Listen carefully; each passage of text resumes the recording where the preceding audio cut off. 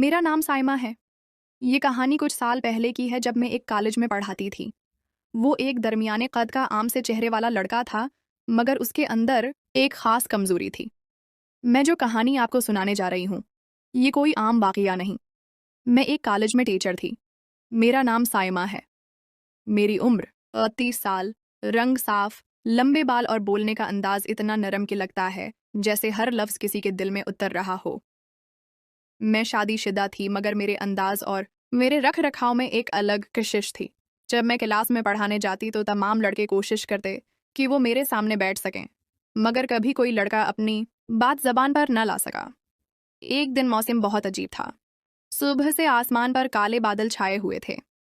दिन भर हल्की बारिश होती रही और जैसे ही कॉलेज से छुट्टी का वक्त आया, अचानक बारिश तेज हो गई। तमाम तलबा जल्दी जल्दी छतरियां खोलकर या दौड़कर गेट की तरफ जाने लगे। मेरा एक तालिब इल्म जिसका नाम यासिर था, वो लाइब्रेरी में कुछ काम कर रहा था, इसलिए बारिश की वजह से रुक गया।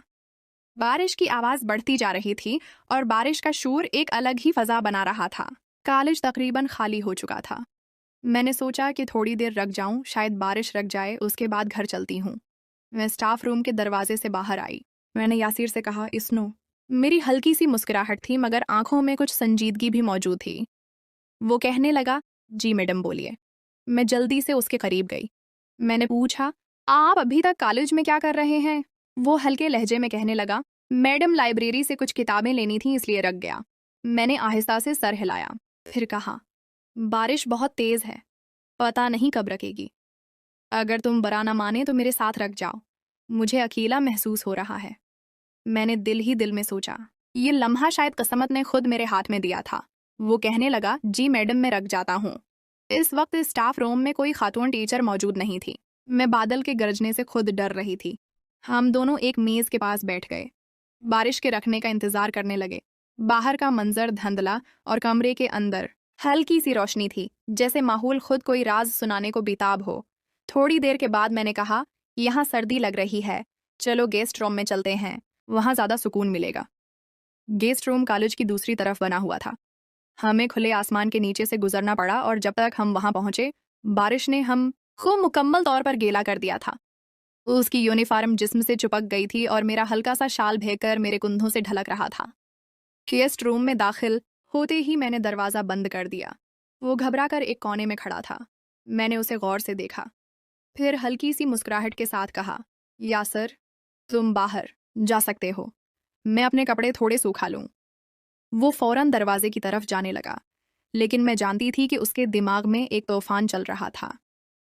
बारिश की खुशबू, भीगे कपड़ों का लम्स और वो कशिश जो बरसों से उसके दिल में थी। मुझे सब महसूस हो रहा था। वो बाहर जाकर दीवार के पास खड़ा हो गया।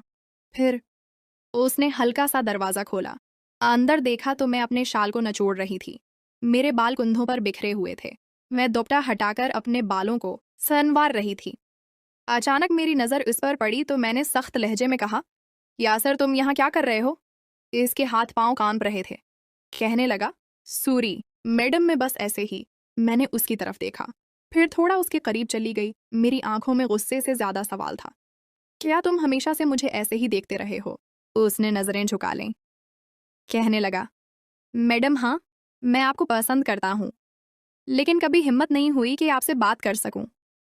उसकी ये बात सुनकर मैं खामोश हो गई। बाहर बारिश का शोर बढ़ता जा रहा था और कमरे के अंदर एक अजीब सी खामोशी छाई हुई थी। मैं आहिस्ता से खिड़की के पास गई, बारिश को देखने लगी। मैं कुछ सोच रही थी, फिर मैं वापस पलटी। मैं यासिर के करीब चली गई।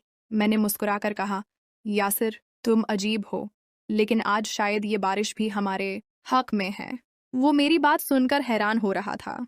मेरे अपने दिल की धड़कन इतनी तेज हो चुकी थी कि बारिश के शोर में साफ सुनाई दे रही थी। गेस्ट रूम की खिड़की से बाहर बरसने वाला पानी और अंदर का नीम अंधेरा मिलकर एक अजीब सा जादू पैदा कर रहे थे।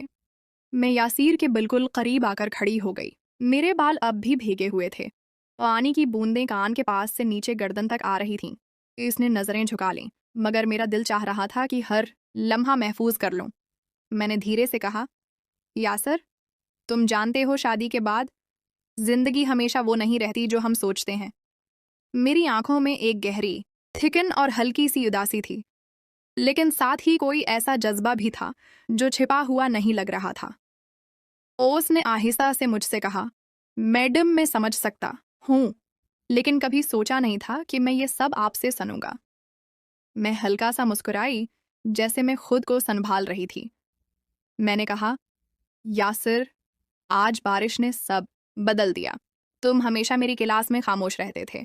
इसने गहरा सांस लिया। कहने लगा, मैडम मैं आपको बहुत पसंद करता हूँ, लेकिन मैं डरता था कि आपको बुरा लगेगा। मैंने आहिस्ता से कहा, अगर मुझे बुरा लगता तो आज तुम यहाँ ना होते। मेरा लहजा नरम था मगर अल्फाज सीधा उसके दिल में उतर रहे थे। वो एक कदम आगे बढ़ा। कमरे की खामोशी में सिर्फ बारिश और हमारी सांसों की आवाज़ सुनाई दे रही थी। मैं अचानक मुस्कुराने लगी। मैंने कहा, तुम इतना घबराए हुए क्यों हो, जैसे पहली बार किसी के साथ बात कर रहे हो। उसने डरते हुए कहा, शायद इसलिए कि आप मेरे लिए खास हैं। मैं कुर्सी पर बैठ गई और इशारे से मैंने उसे अपने करीब बुला लिया।